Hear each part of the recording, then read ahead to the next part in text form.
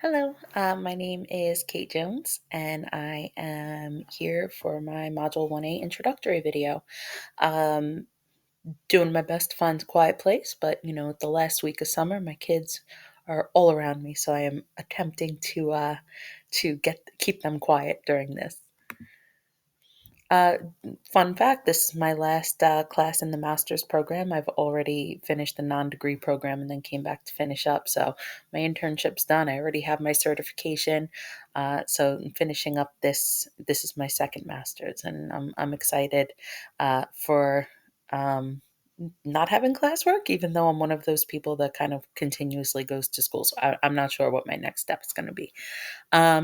Couple of things about me outside of my career.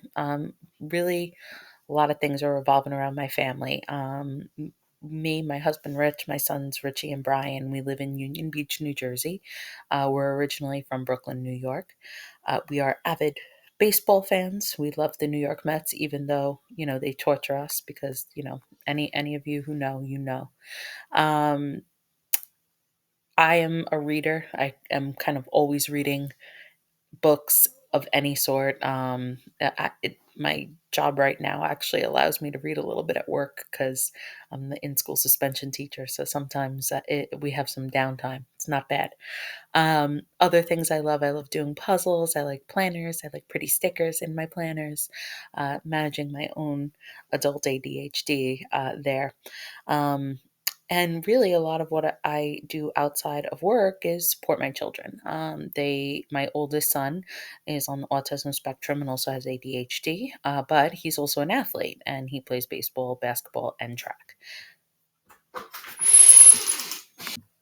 My younger son is also has ADHD, and he is currently enrolled in chess classes and taekwondo. So it's been really fun to kind of watch them on that journey. I love being home. The district that I work in is actually very close to home, not in my town, but the next town over. So I'm able to be home and uh, do some work with them, get their homework done with them. Some personal demographics. My first degree comes from Brooklyn College. I had a BA in journalism, and then I went back to school to be a teacher and getting my master's in social studies 7 to 12. Um, After that, I enrolled in Fort Hayes to complete the non degree certificate program and did that. And now I am finishing my master's. Um, in addition to teaching, I'm also a writer and contractor. So I work for a company called APAS, where I do lesson design, curriculum writing, and study guide writing. And I also am an examiner for the International Baccalaureate. Any of you have heard of the IB program? It's kind of like the AP or the GCSE. So in Europe, in the IB is global. So come May, I read their papers for them that the students had submitted.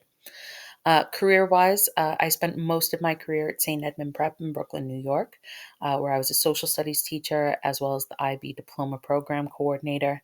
Over the course of my time there, I was also the social studies department chair, the Regents testing coordinator, and the moderator for the National Honor Society.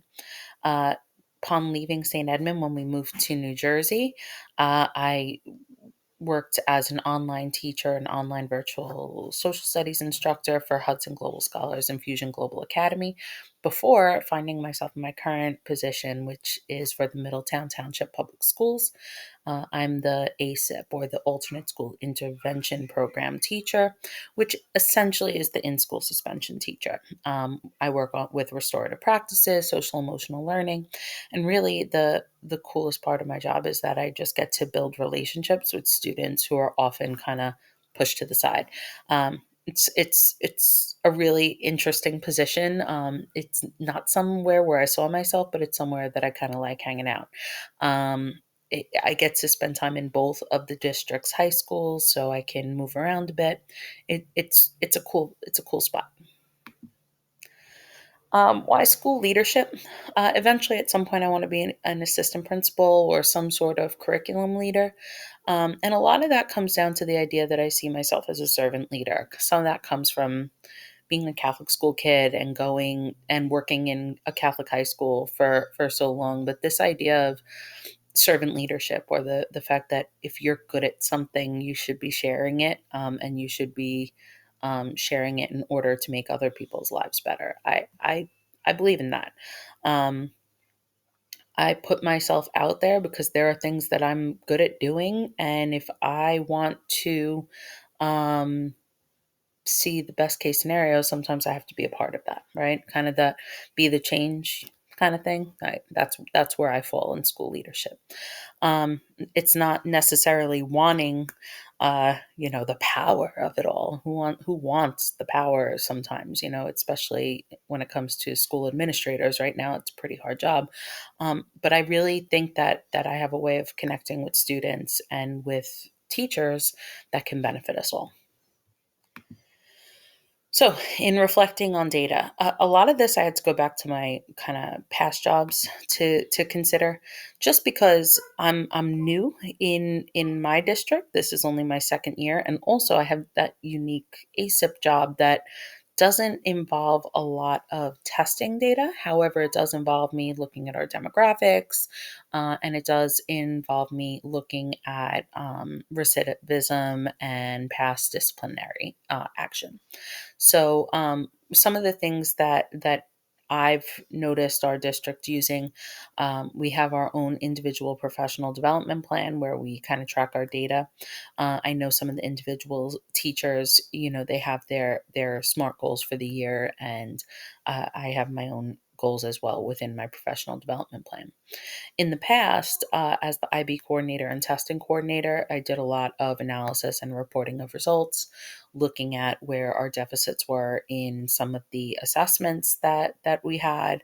An example would be, as the IB history teacher, there are um, four components that are graded, noticing that our strength was in component one and component four, and our deficits were in component two and component three, helped me to figure out a plan to kind of focus more on those components within the classroom, and using that data to inform curriculum changes. So, kind of sitting down with other IB teachers and being like, "All right, listen, your paper one results were spectacular, but the paper two was a hot mess. What are we going to do to change that?"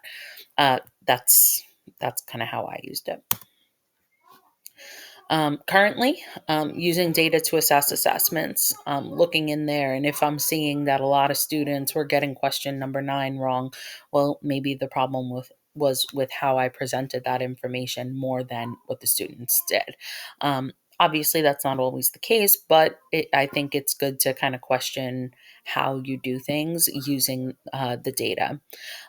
Using data to address discipline. What's going on in these students' classrooms? What's going on in their home lives? What's going on? What was going on in their past schools? So, if there is a student who's continuously getting into trouble, how can we help that student based on what we know about them from the past? And also, like I said in the past one, using data to adapt curriculum. The most important thing I think is um, addressing the changes that need to be made. In terms of planning for using data for student success, one of the things that like I mentioned before is addressing holes in the curriculum. A lot of the time, what we see in classrooms, and especially classrooms where we're seeing tests at the end, teachers are going to rush through the curriculum to meet the curriculum, right? They have to teach X, Y, and Z by a certain point in the year. However, if it's not getting through to the students, then what's the point of rushing through it? Because now there's holes in their learning. So looking at the curriculum and addressing the holes that we see. Maybe we didn't spend enough time on you know derivatives. I'm just making something up right now. Or maybe as a history teacher, maybe I didn't spend enough time explaining how to properly analyze this primary source. Those are things that I think data can be used for, or that data moving forward people should be focusing on.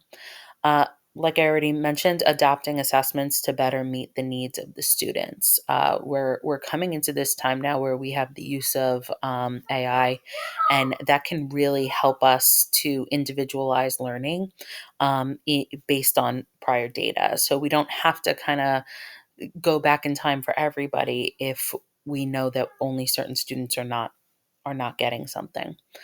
Uh, in addition, using data to be more culturally responsive.